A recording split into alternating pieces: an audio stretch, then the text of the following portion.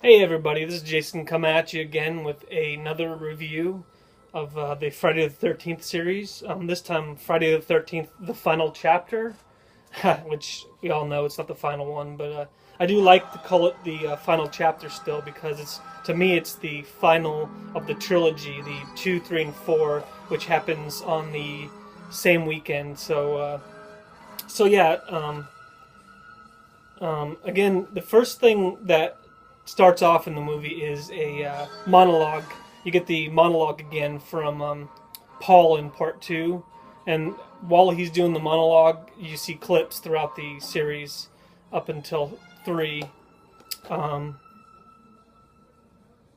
and after that, um, the director Joseph Zito has stated that he thought it was very important that he would return back to the same filming locations of part three with the house and the barn, and I think that's outstanding that he would choose that. You get right back into the action.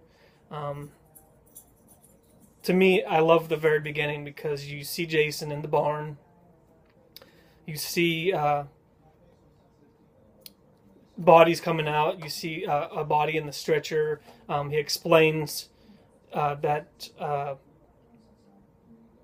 there was three bikers, so it just kind of flashes you back to part three. So it's great that they go directly. So they take Jason over to the morgue, and to me, this is one of the better scenes out of the entire series for me. It's you expect Jason to come back, and it's just amazing to have him in the ice box right there with Axel. That guy, he's funny, Axel, but he definitely a creep.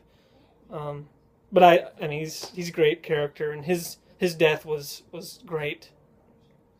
Um, the I think it was it Hacksaw, yeah, Hacksaw right here, and then they twist his head around. So I think they did a great job on that. Um, and then from there on, it kind of honestly, this is just my honest opinion. It starts getting a little slow. Um, you get the nurse that gets killed.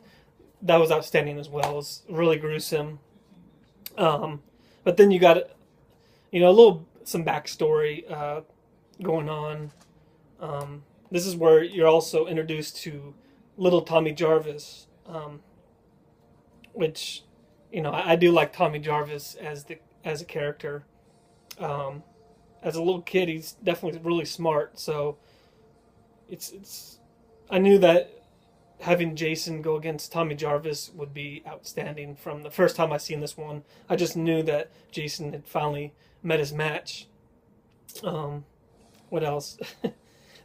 It's funny, some of these characters is funny. You got Crispin Glover. You got him, which Jimbo and Ted. Those two characters are so funny. It's absolutely hilarious. Those two together. I think that they did a great job picking out those two guys for the movie. Especially around the same time that I saw this movie was the same time I saw Back to the Future. So I knew, just because George McFly and Crispin Glover and all that, I knew I would like this movie honestly because I was a huge Back to the Future nerd in the mid '80s. That was probably my favorite movie out of everything I've got. Um, Still is, to be honest. But as soon as I saw Crispin Glover in here, I was like, oh, I know I'm gonna love this movie, which I do. It's definitely a good movie to end the 2, 3, and 4 trilogy. Um, so this time again, there's no counselors. You got a group of kids that move next door. I think for the uh, the summer. It's a summer home, and they move in next to the Jarvis family. And then the Jarvis family, you have the Jarvis mom, Mrs. Jarvis. You have Trish, which is Tommy's sister, and then you have Tommy. Oh, and of course you got Gordon, the dog, that part of the family. Um, and then you got the teenagers next door that do the things that teenagers do. When they're out and about. Skinny dipping, drinking, partying, stuff like that. There were some good kills in here. I think the scariest kill in this movie, actually, to me, Well, there's a couple of them actually, but I'll go over the first one. Is the guy in the shower. You know, it reminded me a lot of Psycho, the original Psycho, where you had Norman Bates come into the shower because you knew he was coming. You knew what was going to happen, and then out of nowhere, you know, he gets his face just squished, and it's a pretty gruesome death. And then it flashes to, you know, a quick glance at his mask, like up close. And to me, as a kid, that was always freaky. You know, bloody mask. I do love part 3 and part 4 are my best masks. I think part 4, if I had to pick, I guess part 4 was probably my favorite mask because you had the battle damage from the axe mark and the blood, the chevrons in the and on the mask disappear in this movie, so you do get the battle damaged mask. So to me, this was my favorite mask. I still to this day watch it and I still love it. You have the memorable Jimmy dance. God, it's his dance is so funny, you know, and apparently that's the way Crispin Glover would dance back in the 80s. You know, and the director was like, we just have to put that in there. So, God, it's funny. And no, I'm not going to do the dance here. If you aren't part of our group, if you go to Facebook and search Friday the 13th fans, join there. We have some great people there. There's one guy in our group, Alex, that actually just the other day posted a video of him actually recreating that dance, and man, he did an outstanding job. So thank you very much, Alex, for that. That was absolutely hilarious. No, I'm not going to do it because, first, I don't know how to do it. Second, I don't know how you didn't get so dizzy that you passed out, because I probably would pass out myself. Yeah, and then at the end of it, you get the outstanding battle between Tommy and Jason. Oh, you also have Trish there. She got a awesome wax on Jason that was outstanding. And again, I got to give props to Ted White, outstanding Jason in this one. Yeah, and you know, when you see Trish hit Ted White on the face with the hammer and everything, it's real.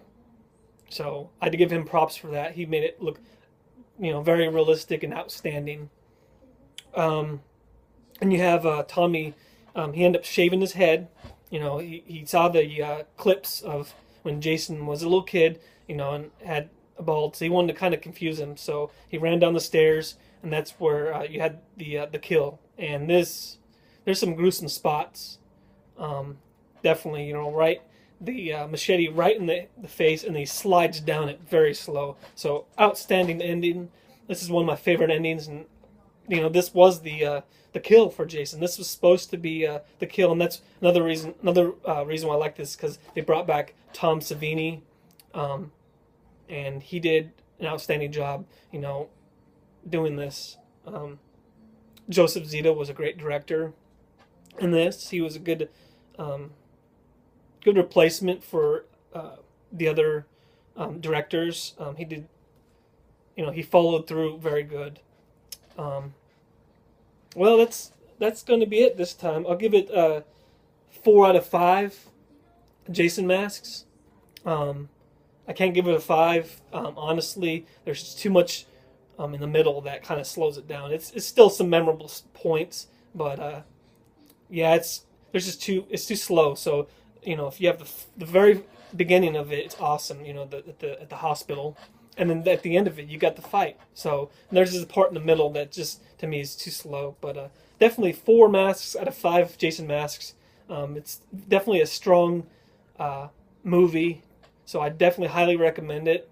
The first 4 movies, I highly recommend if you have some free time and some friends that, you know, haven't seen the series. Definitely watch the first 4. Because again, Jason has died at the end of it, really. So, okay, everybody, thanks a lot. Have a good night. Thank you for joining me, and see you next time.